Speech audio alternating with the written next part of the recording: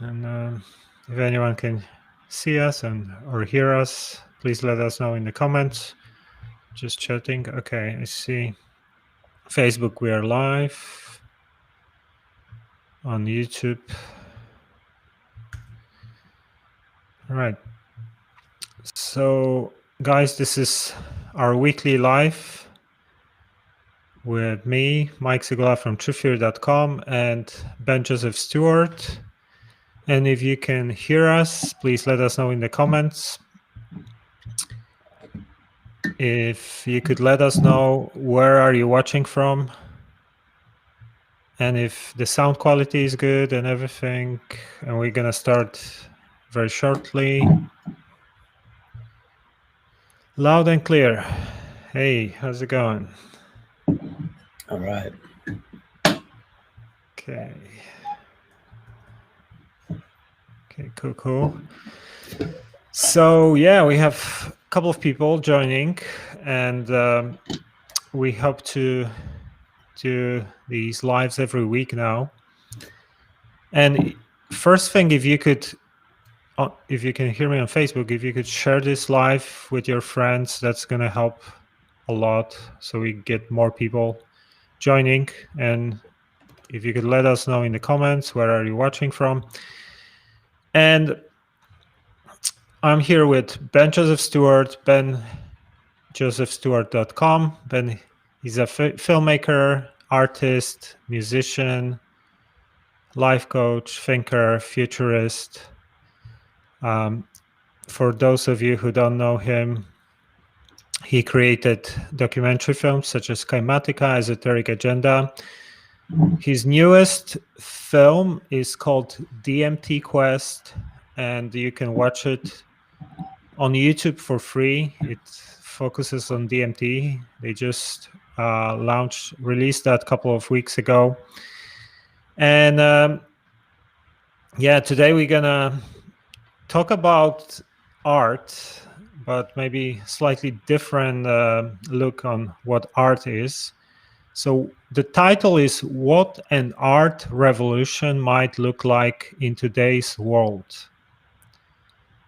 And, if you look at the definition of art basically is the expression or application of human creative skill and imagination. So technically, everything is an art in a way, because anything we do is linked to our imagination and creativity. And Ben recently launched a video, published a video on his YouTube channel. It's a part of his series called Waking Infinity News, and he was focusing on this topic. So he actually shared 3 different thoughts, and the first one is: where the other sees the constraints of limitation, the artist sees the anatomy of infinity. So Ben, can you elaborate on this thought? This is like your own idea, I guess, right? Yeah, it's built from certain traditions off of things that I've learned from Buddhism, Taoism, as well as other people who look at art as being an integral solution to things that are happening in the world. And so this one specifically is just kind of pointing out some of the ways that we have powers, but we don't see it that way. And a lot of the times we think powers should just be obvious to us. But these questions that I ask, or these aspects or roles that we can step into, really help us develop what does it mean to see the world differently and what power is in that. So in that one specifically, it's when you look at people in the world, I'm getting a lot of emails from my news show of people who are saying that it looks like the world itself is just what it is, and I'm 1 out of 7 billion people. I feel insignificant. I feel that society even tells me I'm insignificant, and if I'm not making a high enough salary, or if I'm in the right part of town, all these other things. And for the most part, I hear a lot of people saying, well, how am I supposed to be who I'm supposed to be with a world like this, living in a world like this? And to me, I really feel that this is cutting ourselves off from that, from the fact that we have any agency in life, any that our choices mean absolutely nothing. That's what it kind of seems the attitude is. So whereas some see the limitations of the world and that's all I can be, I feel that that is like an artist is like, okay, I can work with that as a canvas. I can work with that as a starter point, and I'm still going to do what I find to be, you know, expressing the infinite creativity inside me, no matter what the outside world looks like. So it's a perception shift that puts the, you know, really the knowing that we have a say and we have power in the world. It puts that back on us rather than saying, well, I hope that the world gives me an opportunity to do X, Y, and Z to feel fulfilled. Yeah, and I think especially in the current era where, you know, you have internet, free education, anyone can become anybody, right? Because all the knowledge is literally at our fingertips. So, you know, someone like me, for example, uh, you know, I just started learning things online, how to create websites, use social media, and you know, a couple of years later, we're reaching millions of people with our messages. So I think that's an example of how, you know, what abilities do we have? Like we see today, you know, people, teenagers that can literally change the world. And I think it's something that wasn't really possible maybe 100 years ago, but currently almost, you know, most people have a lot of abilities. And I think it's really important to start shifting and realizing, you know, shifting that perception and realizing what we are capable, what we are really capable of doing, you know. And it's important, as you say, to, you know, not think about challenges as some kind of problems, but more as a part of equation, you know. It's like, Opportunity. yeah, I mean, in my case, for example, you know, I'm 38 and I went through a lot of challenges in my life. And if I look at them from this perception, from this perspective now, you know, there are some tough times, but I always survived. And I could grow because of these challenges. Now I have more experience. I know how to solve some of these similar problems in the future. Maybe I know maybe what mistakes not to make. And really, you know, how else can you grow if you know, it's like you want to build muscles, you need resistance, right? You know, you need some uncomfort. You know, people kind of seek comfort these days. Everyone wants comfort, but comfort is not really linked to growth in a way. Or happiness. You know, the thing, I was even thinking about this because so I was driving my daughter home from school literally like 30 minutes ago, and I was thinking, you know, she's having trouble adjusting to just going to school and being away from her parents. You know, she's only 5, and what I kind of noticed was afterwards we roll the windows down. It's warm already here in Tennessee, and we're just enjoying that quiet time, listening to music, just driving home, putting the hands out the windows. And like that's something that if that were to be the only thing you ever do is drive around with your hands out the windows, it wouldn't be that brilliant anymore. So it feels relaxing only in reference to having gone through something that challenged you. And I think that as long as challenge is looked at as an opportunity for growth rather than something that you're like stricken with or something that's like punishing you, then that's when you just orient yourself. Like, you know, if I wanted to talk in woo-woo terms, really like you just match the vibration of what's happening, and you like you stay focused and then, you know, have your attention on it, but you allow it to penetrate you. You're not, it's almost like in mixed martial arts, they say when you get a knee to the ribs, you breathe out. And like also when you're hitting something, it's called the key up in karate, like you make that loud sound.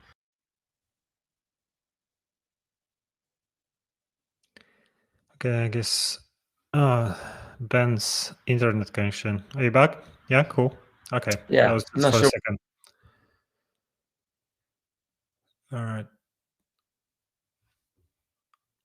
A lot more about perception. You know, the quality of your life is a lot more about how you perceive life than it is what you're given. I'll just leave it at that.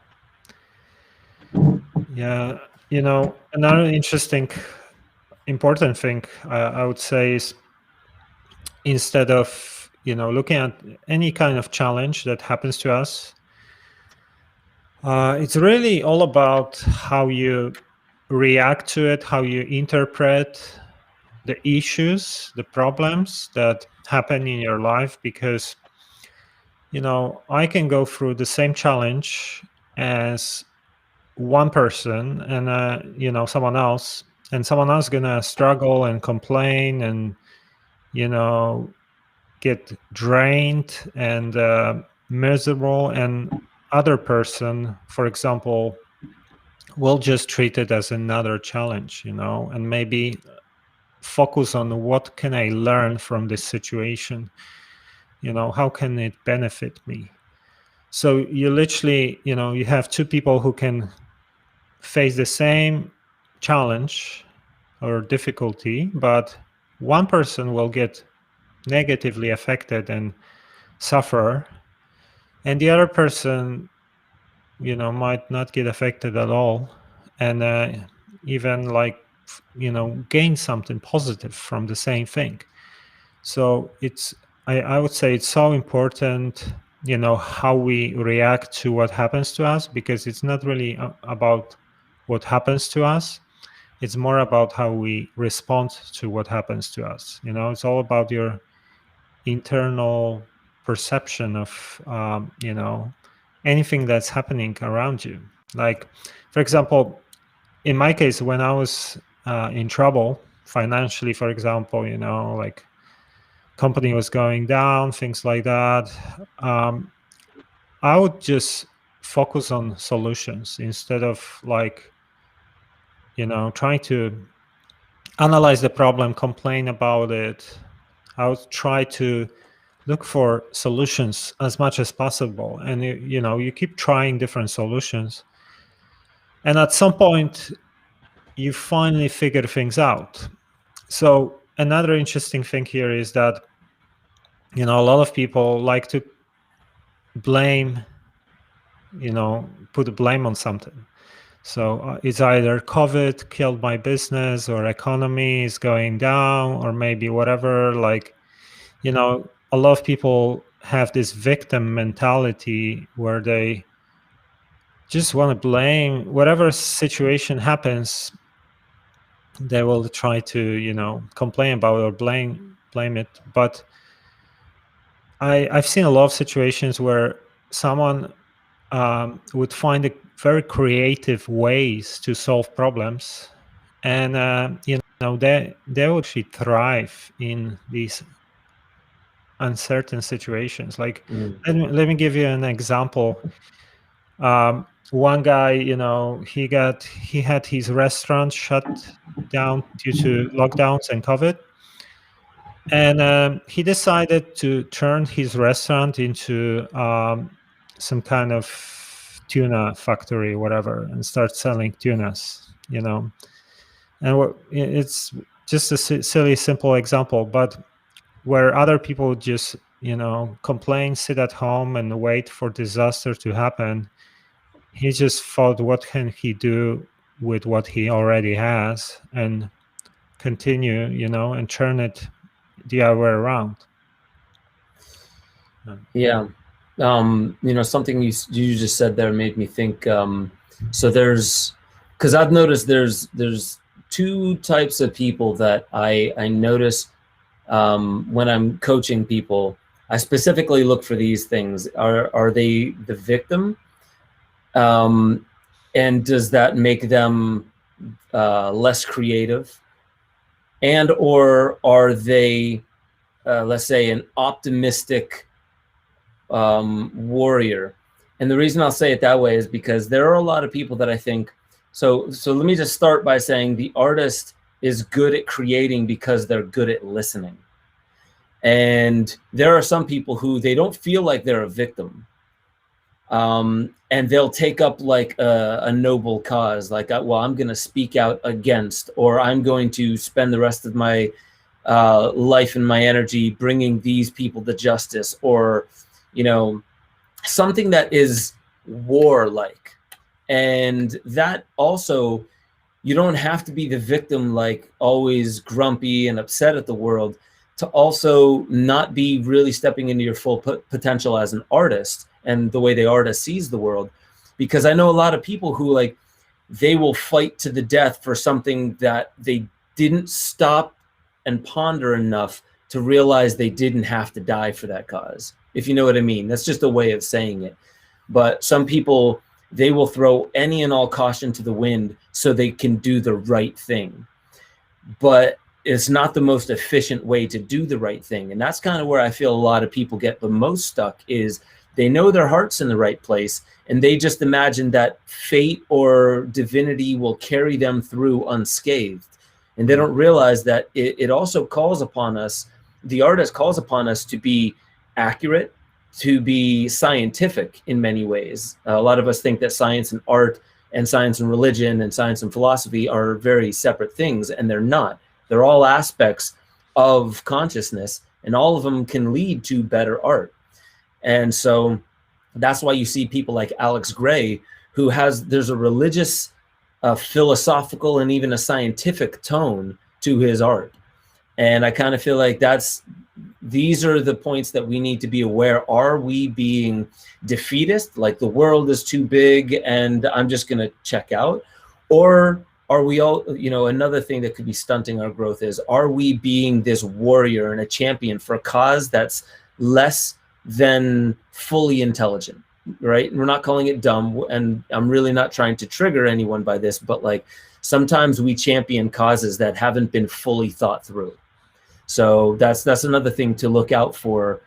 And all of these are opportunities not to judge ourselves, not to blame ourselves, but opportunities to be like, whoa, I could be that much more powerful if I just learn how to own the weaknesses that I haven't put any attention on yet. Would you say that what you just described, Nikola Tesla could be an example of that? Someone who had an idealistic mind and, you know, utilitarian approach. So basically he thought, you know, he's a genius, he wants to change the world, and he doesn't care about, you know, financial gains and things like that. But actually, because of not being so practical in this sense, but being idealistic, he ended up, you know, they used him, JP Morgan, people like him, you know, Edison tried to kick him out. And so basically all these sharks around him that tried to take advantage of his genius, they were using him. And in the end, you know, he ended up lonely, broke, etc. So in a way, not being so practical, you know, not having like a good balance, being too idealistic. Yeah, I think Nikola Tesla would definitely fall into that category, just from what I've read. I've read an autobiography on him and have done a lot of just auxiliary reading about him. I wouldn't say that he was by the notes, because in this book that I read, it had a lot of his notes, and he was even at one point trying to appeal to JP Morgan, or he was sticking up for JP Morgan in one of his notes or something along those lines. And I definitely feel that we always have to be weary of the fact that we feel like we have people out there championing our causes, and sometimes we don't realize that the people that are most capable of screwing us over maybe don't even have our worst interest in mind. They just don't know how to have our best interest in mind. Like, we hear what we want to hear, even in relationships where two people are trying to love one another for the rest of their lives. We hear what we want to hear, and I'm sure there was this kind of like, from both sides trying to work together. And then there was maybe a moral or an ethical thing that was really the wall between the relationship. And then it went the way that it went. And I think this is like, now in this world today, to make sure we're not being that way, all you got to really ask is, I was just talking about this in that last Waking Infinity News episode, where we have to ask, do we really know what's happening right now in the world? 2020, 2021. Do we know that we know? Now, I've made it my job to study what's happening in the world and to come to probably the five most realistic things that's happening. Why is all of this happening? Is it exactly like it seems on the mainstream media, or is there more beneath the story? And so I believe there's like five good, very well high potential things that could explain what's going on in the world. But I know I'm fallible, and I know that if I were to just pretend like I'm just going to take number one most probable reason as to why all this is happening, and I'm going to live my life according to that. And we don't realize that an artist, and this would be the second thing, where the other sees an either or situation. Is it possible to have a yes and more? So like, I'll just say it. Jordan Peterson, somebody I love, was on the Aubrey Marcus podcast, somebody else that I love. And in that conversation, they were talking about the World Economic Forum, the Great Reset, a lot of things that are happening right now. And Jordan Peterson said, but there's no conspiracy. I've been in these circles before. Somebody will get up on stage and say, I'm going to fix the climate, and everyone will clap. And then afterwards, basically, the whoever was giving the speech doesn't have time to write the agenda, to actually write it out. So that falls on their secretaries, or not their secretaries, but people who write for them. They'll write the proposal, and all of a sudden that becomes the thing. So basically, Jordan was saying there's no conspiracy. It's ignorance, and it's ineptitude, it's inefficiency that's running the show. Well, if he's 100% correct, then you have to engage with a world that's too dumb to survive itself, right? And that's how you'll start building the solution for the world. But if there is a hint of conspiracy, and let's say 4 or 5 other probabilities out there, and it's a multi-dynamic thing, an artist doesn't concern themselves with, you need to prove to me what's happening out there before I start preparing myself in my life. And actually, the best way to prepare for an external scenario that we don't know how to confront, like an MMA fighter getting into the ring, they think they know what the opponent's like, but they may have some surprises up their sleeves. So you have to be ready for anything. That's the artist, is saying like, yes, that could be true, but I bet you a bunch of different things are true. So the best way to prepare myself for that is almost the exact protocols of any spiritual tradition. So like, that's what's funny about this, is the artist really seems like the most modern representation of somebody on a shamanic or a spiritual path. Yeah, I mean, I think uncertainty is part of the game. If you have, like, life wouldn't be fun if we wouldn't have things that are challenging us and that we didn't predict. Like, for example, the situation with COVID, like over a couple of weeks of time, the whole world flips upside down. And the thing is, a lot of people tend to think linearly all the time. Like, they make assumptions that, oh no, this is impossible, or this is going to look like this. And then we get hit with reality, which, someone said, nature, you don't get straight lines in nature. Or, was it Gaudi, or I'm not sure, Salvador Dali, I think Gaudi said you don't really get straight lines in nature, because that's the thing, uncertainty and lack of predictability is a common thing in life and in nature.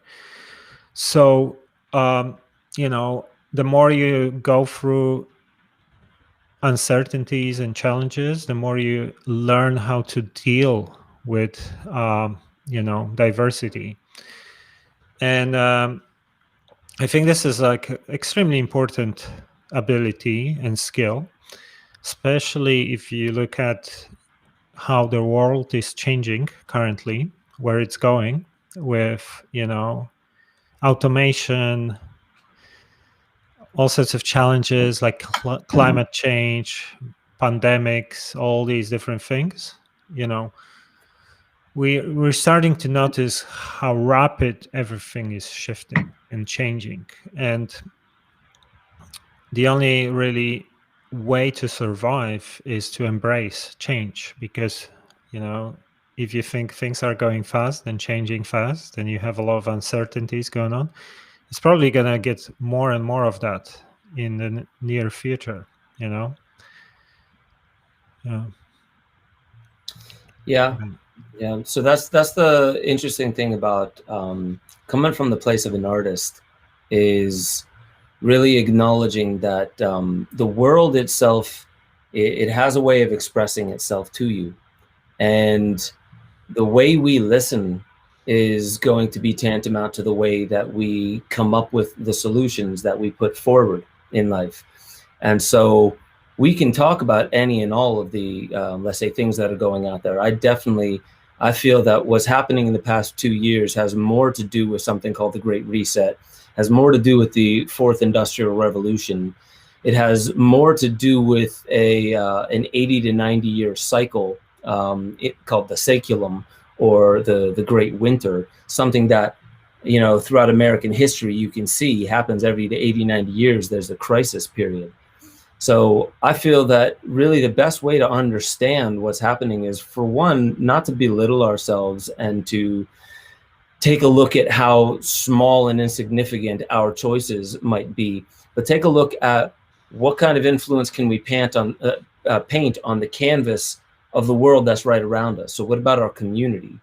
What can we do using the online and the digital world? And that's why I'm a filmmaker. That's why I talk topics that seem to break people out of their rigidity, such as psychedelics, breath work, moving your body, really finding ways to celebrate in groups and communities. These are mind expanding practices. And I think that for the most of us, we're not just suffering from the world, we're suffering from ourselves and our own oppression. Yeah. And I just want to add something a little bit more esoteric. Like, I personally, believe that everything is a collective consciousness, basically having an experience.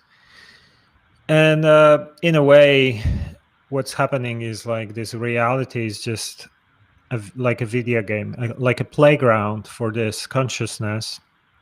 So, it wouldn't be fun if you would create the video game and you would know, you would remember that you created the video game, you would know how to play it, right? What's the point of playing, having an experience and seeing what you are capable of doing? What can you do with your creativity? What can you create?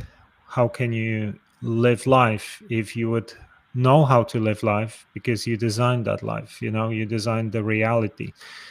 So that's why maybe we can have that free will and uncertainty, because that's fun. Challenges make you grow, make something to be a fun experience. And if that's true, then what we came here to do with some of these challenges, like what's happening currently in the world, it's also part of the plan. It's also, this is what you sign up for, and maybe it's for some bigger reasons, higher for growth, wherever. Learn from this situation. So Yeah. You know, what's interesting thing about that is in this economic world that everything seems to be driven by the economic world, we try to play it safe. There's always risk assessment. And we think that overly controlling with the mind what we're going to risk and what's at stake in the world, we've come to believe that we know better than the thing that's carrying us. And so a lot of the times, even if you look at flow states of consciousness, what athletes and musicians and artists, they all experience this after a bunch of training, they'll experience this flow state where a seemingly very complex task will become exceedingly easy and time will warp, the space will warp. It'll seem like something like Michael Jordan said, it felt like the ball was dribbling me and the game was playing me. The Grateful Dead said then the music played the band. Like there was something higher that was calling the shots. And I kind of feel that like we play it safe so much that we're missing that flow state of consciousness, because even in the Flow Genome Project, they said what brings it on, the most efficient way to bring on a flow state is to find what your skill level is and to go 4%, not even that much, but 4% beyond your comfort level. And that is like the optimal zone to start triggering a flow state of consciousness. But the stakes have to be somewhat high. So like when you're going rock climbing and it starts getting super easy, and then you take off the safety harness, it changes the entire experience of it, because the stakes are a lot higher. You could actually die this time a lot easier than you could when you had that harness on you. So when you increase the stakes just a little bit as well, that also instigates flow states of consciousness. And I think that's the aspect of life that we're missing, that makes things that would seem fun now feel like servitude. So what we used to call like a vocation, we call now a job. Things that we would have done for the very love of being out in nature, now we call it servitude. And I think that's when you strip away the flow state, that higher intelligence that's playing through us, and you just control it with the mind. That's what makes everything feel kind of like a prison, like we are stepping into a prison planet. Okay, cool. So I guess we're gonna wrap things up. Anything else you wanted to add, Ben? Man, just to inspire people to use their voice more, and I don't just mean this voice. I mean like express yourself, be who you are meant to be, and allow people to see that. Be humble as you can, but not humbled to the point where you're shrinking because you're afraid of what people might think about you. You're actually, showing up in life is a good way to say it. When you show up in life, then you didn't just come here and skate through life pointing out the flaws of everybody else or pretending like you know what other people and other situations are supposed to be like. Being unnecessarily, critical or judgmental or harsh towards other people really only shows your own inadequacy. And so moving forward in life, a lot of the times when you're not showing up as who you meant to be, you get grumpy and then you start projecting your inadequacy onto other people. And that happens a lot, that happens to potentially people even here listening to this. So the bottom line to that is use your voice, but know that your voice stems and literally your tongue goes down to your heart in a certain manner of speaking. You speak from your heart easily when you know who you are. And when you don't let all these, I wonder what people are thinking, I want to try and present myself as such and such. When you get rid of all those filters and you find that kind of flow state, you realize it's the most easy, effortless, efficient, and also the most powerful thing you can do, which is just show up and be who you're meant to be in the world. And that, to me, makes you an artist, regardless of how you let it show up. Yeah, I mean, you mentioned actually something really important. The more authentic you are, I noticed that in a way, the more you resonate with everything you attract. So for example, I think it's to do with intentions. Like, let's say I remember when I had intentions, like I wanted to do something for the money, the results would always be something like I would attract some guy who was a dick or whatever, only interested in money as well. But the more I started aligning myself with what I really want to be doing from my passion, my heart, I started attracting same kind of people towards me who are also thinking in the same way. So it's, and we get all these programs, from outside that tell you what you should do, who you should become. Like, this is better than this, maybe you have some kind of passion for art, but your parents will tell you to become a lawyer because that makes more money. And I think it's important to listen to that inner voice, because really, like, if you start working from your heart more and more, then it just becomes more organic. And even if you think about, if someone does something because they're extremely aligned and passionate about what they're doing, they will always be better than someone who does the same thing because whatever, because of trend, because of money. Some people gonna jump and start doing something because this is cool now, or that's gonna make more money. And the guy who's actually doing it because he truly loves to do exactly that thing, he's gonna be always much better. And often when it's gonna get tough, he's gonna be the one who's gonna keep grinding because because he's doing it from true passion and true love.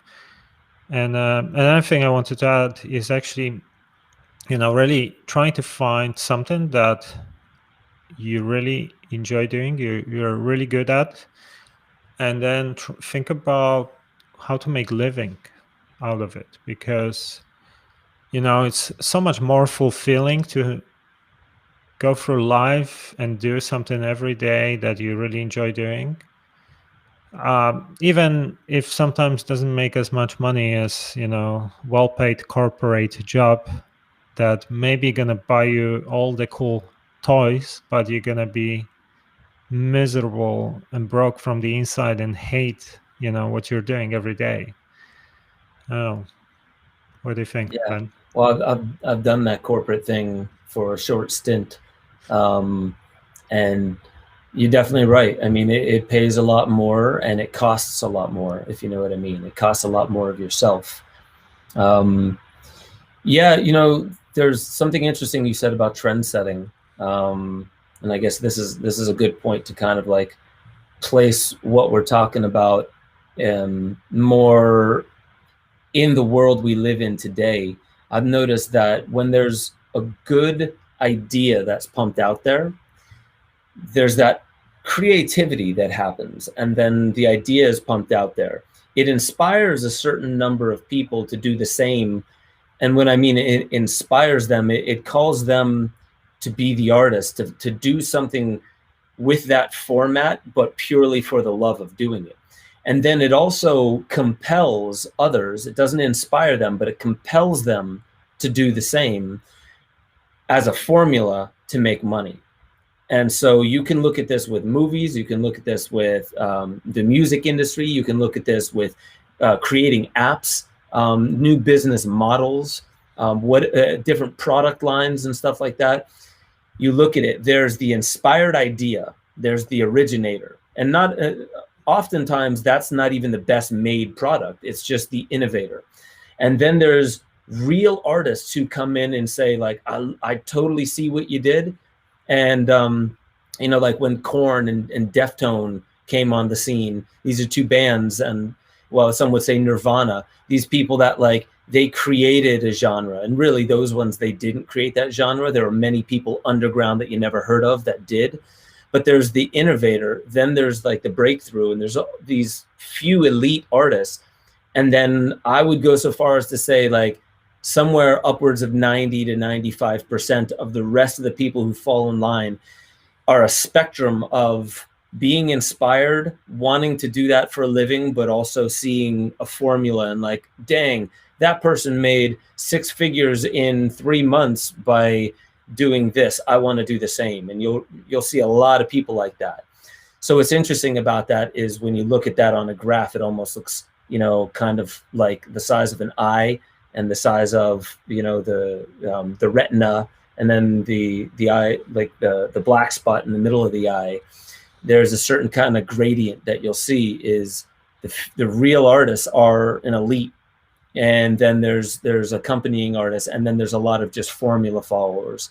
So I think we live in a world, unfortunately, where there's too many formula followers, and that's not because we can't be artists. That's because we live in a scarcity model, and it calls forth we need to survive, so we need to maximize monetary income. So that's a roundabout way of saying that we need to know whether we're being inspired or compelled or driven every single action that we make and what it's leading us towards.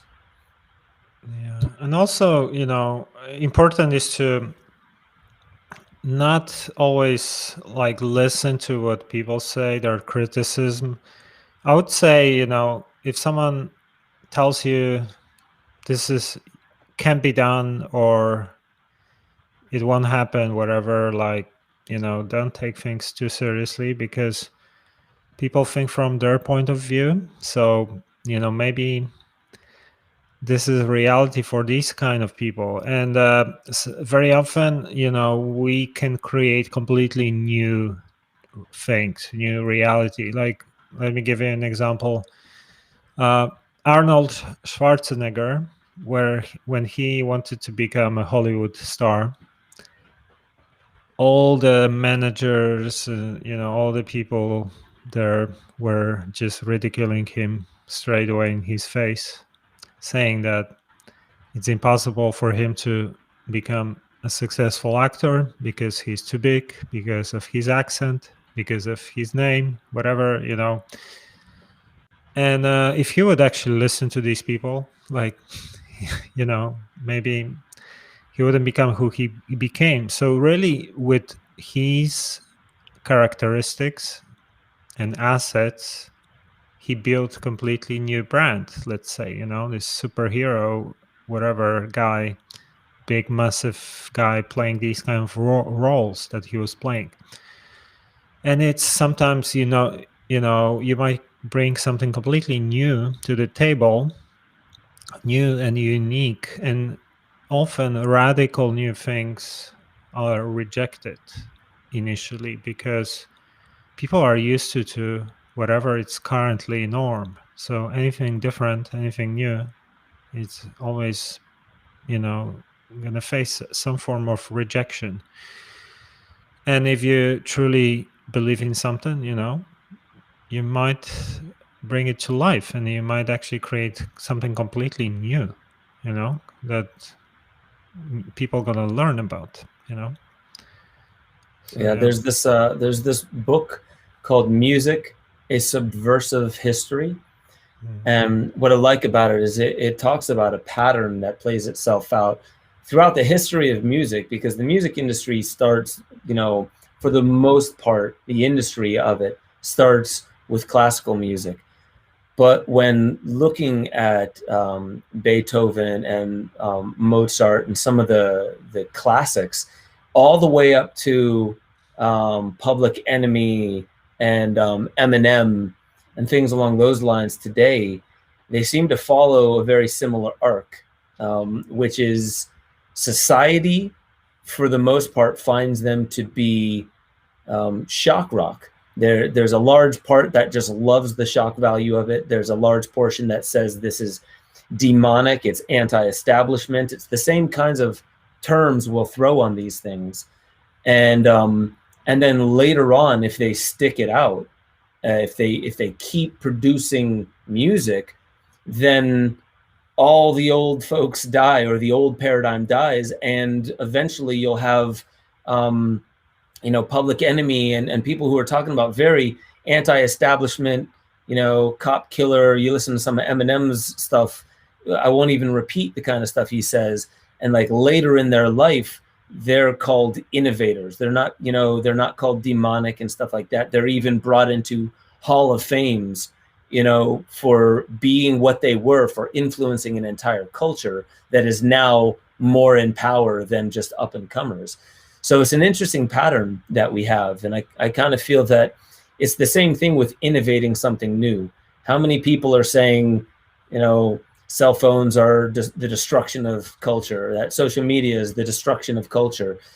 They've been saying these things about brand new innovations for a long time. And that's not to say that there aren't real downsides to these things. It's just also to say that this is a pattern that keeps being seen throughout history, is that brand new innovations, the work of the artist, often initially is met with a lot of resistance. And then eventually it's accepted.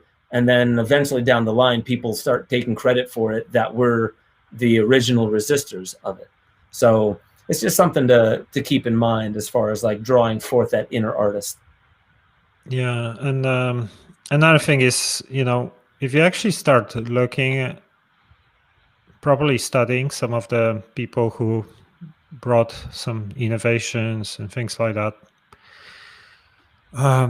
it's very often, quite a lot of time before things took off.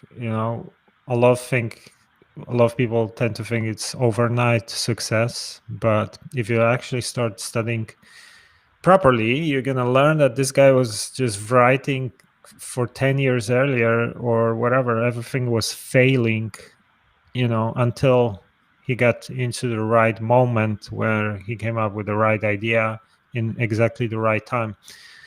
And it's very common thing. So also at the same time, when you keep trying and you get people criticizing you, like maybe your family, that it won't work out, just you're wasting your time, and that can be so discouraging. And it's important to keep these things in mind as well, to if you truly believe in something, like this is what you want to be doing, then you have to keep trying until it's going to happen. And not listen to naysayers and everyone around you who tells you that it can't happen. Yeah. Success is, primarily it's persistence. And if you're persistent with something, for the most part, you're probably inspired to do it, or you really feel like you have to. But either way, successful people, if you look at the number one thing, it's not their gifts or talents. Sometimes it's the people they know, or the, lucky circumstances they may have had. But for the most part, across the board, it's being persistent. So, it will happen if you keep at it. And you just have to know, is this really what I want to develop in my life? And I think that's probably one of the best ways to look at becoming an artist, is know what you're really looking to develop. Are you looking to develop it so you can impress other people, or are you looking to develop it because you want to discover who you are? And then it becomes, dare I say it, like a spiritual path, a path of self-discovery. And everything you do out in the world, it gets better and better, because you're discovering deeper and deeper areas of your own creativity. So I'll just end on that. I think that's what we're stepping into as a planet. It's asking us to be the artist. Yeah. Okay. We're gonna finish for today. Thanks a lot, Ben, for joining me this week. And guys, check out Ben's work at benjosephstewart.com, Waking Infinity News on YouTube. Have a look. He released a couple of free documentaries that you can find on YouTube. DMT Quest is the most recent one. Kaimatica, Esoteric Agenda. And if you can share this live still with your friends on Facebook, that would be amazing. And you see the link to Telegram there on Facebook. Please subscribe on Telegram, because we are sharing a lot of updates on Telegram. And basically, Facebook is hiding content quite a lot. So it's better to see more content on Telegram and other platforms. And next week, roughly same time, we're gonna do another live. And thanks for joining us today, and thanks, Ben, for sharing your wisdom with us. Until next time.